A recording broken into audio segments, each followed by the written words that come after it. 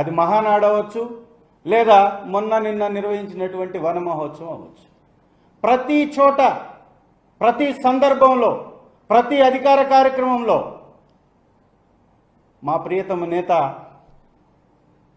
మా పార్టీ అధ్యక్షులు వారు శ్రీ జగన్మోహన్ రెడ్డి గారిని నిందించటం, వారి మీద అవాకులు చవాకులు పేలడం, దిగజారిన రాజకీయాన్ని ఈ రాష్ట్రానికి పరిచయం చేస్తూ తనకి మంత్రిగా ఉన్నటువంటి వ్యక్తిని తెలుగుదేశం పార్టీ కార్యాలయంలో ఆనం రామనారాయణ రెడ్డి గారిని కూర్చొని పెట్టుకొని దిగజారినటువంటి మాటలు, ఒక సామాన్యమైనటువంటి విలువలు కలిగినటువంటి వ్యక్తి కూడా, ఒక అవగాహన లేని వ్యక్తి కూడా మాట్లాడలేనటువంటి భాషతో ఈ పార్టీలో ఉండి, ఈ పార్టీలో పదవులు అనుభవించి, ఈ పార్టీ ద్వారా ఎదిగి దివంగత మహానేత రాజశేఖర రెడ్డి గారి పుణ్యమని రాజకీయాల్లో ఎదిగి ఇవాళ వారి బిడ్డపై విచక్షణ లేకుండా మాట్లాడినటువంటి ఆ మంత్రి గారి వ్యాఖ్యలే చంద్రబాబు గారి దిగజారుడు రాజకీయానికి అద్దం పడుతున్నాయి. ఇంతకంటే దిగజారగలుగుతారా అని ప్రతిసారి ఆలోచించినటువంటి, ఎప్పుడైనా కానీ లేదు నేను ఇంకా దిగజారగలుగుతాను అని చంద్రబాబు నాయుడు గారు నిరూపిస్తూనే ఉంటారు. ఎస్, దళితులకు అవమానం జరుగుతుంది ఈ రాష్ట్రంలో. దళితుల్ని రోడ్డు మీద పడవేసి కొడుతున్నారు. ఎవడిచ్చాడు మీకు ఆ హక్కు? ఒక రాజ్యాంగం ఉంది.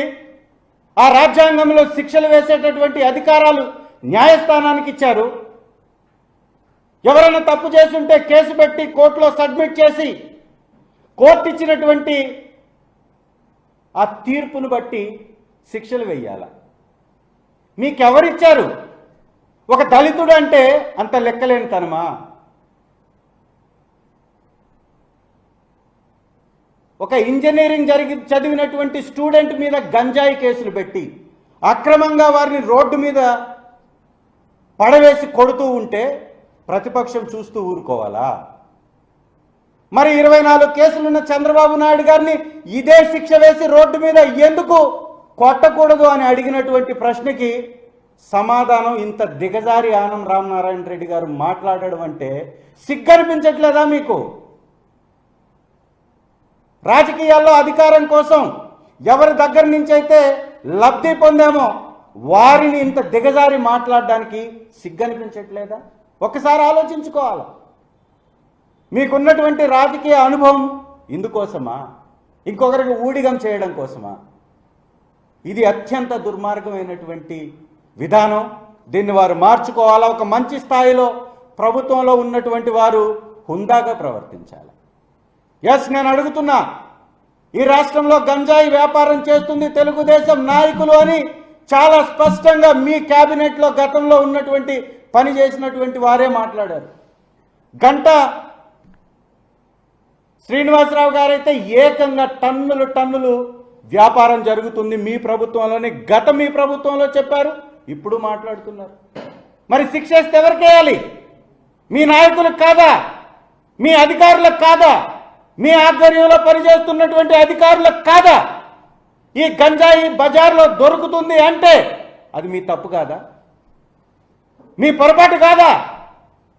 మరి ఇదే శిక్ష రోడ్డు మీద కొట్టవలసింది మిమ్మల్ని కాదా అని అడుగుతున్నాను.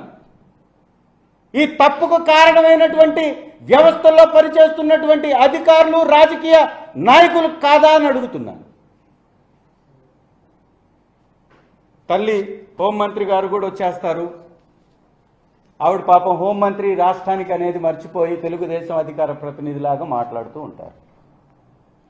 అమ్మా, కులాన్ని అడ్డం పెట్టుకొని లేదా మీకు కుల సమీకరణాల్లో భాగంగానే మీకు ఆ పోస్ట్ వచ్చింది తల్లి. కులాన్ని అమ్మివేయకండి, కులాన్ని దిగజార్చకండి, కులాన్ని తక్కువ చేసి మాట్లాడకండి. మీరు ఈరోజు ఆ పదవిని పొందారంటే బాబాసాహెబ్ అంబేద్కర్ గారు రాసినటువంటి రాజ్యాంగం వారిచ్చిన హక్కుల ద్వారా పొందారు.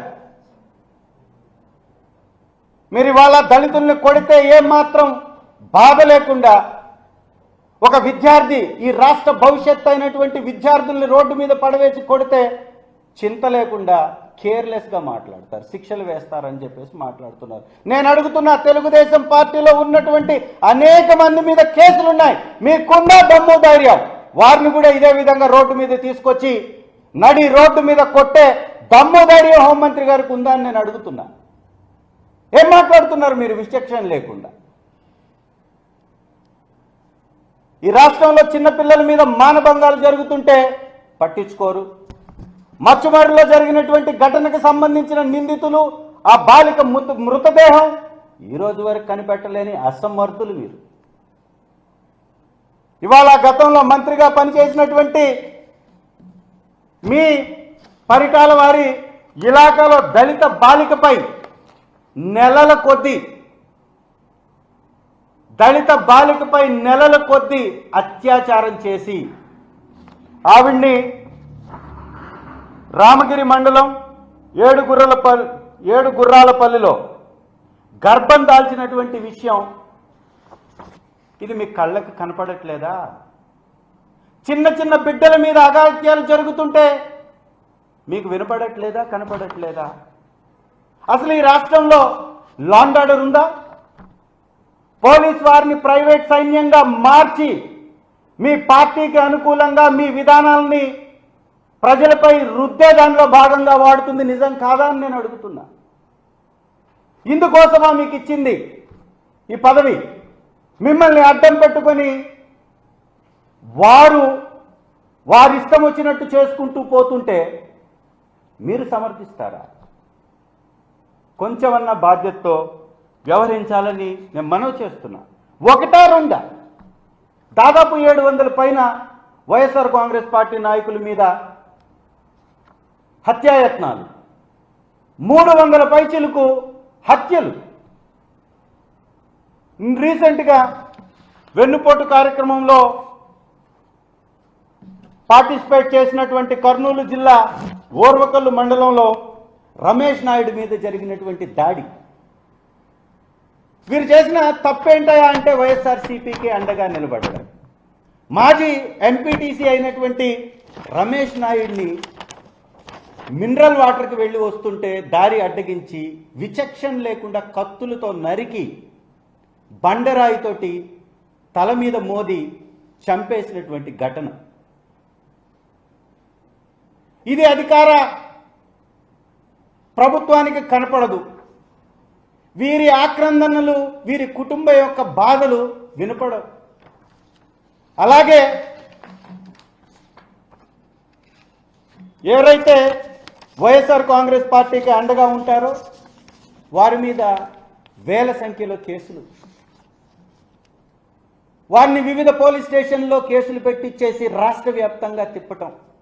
ఈ రాష్ట్రంలో తప్పు చేసినటువంటి వాడికేమో శిక్ష పడదు, వైఎస్ఆర్ కాంగ్రెస్ పార్టీ జెండా మోసేటటువంటి వ్యక్తికి, ప్రజల తరఫున పోరాడేటటువంటి వ్యక్తులకు మాత్రం 100 కేసులు.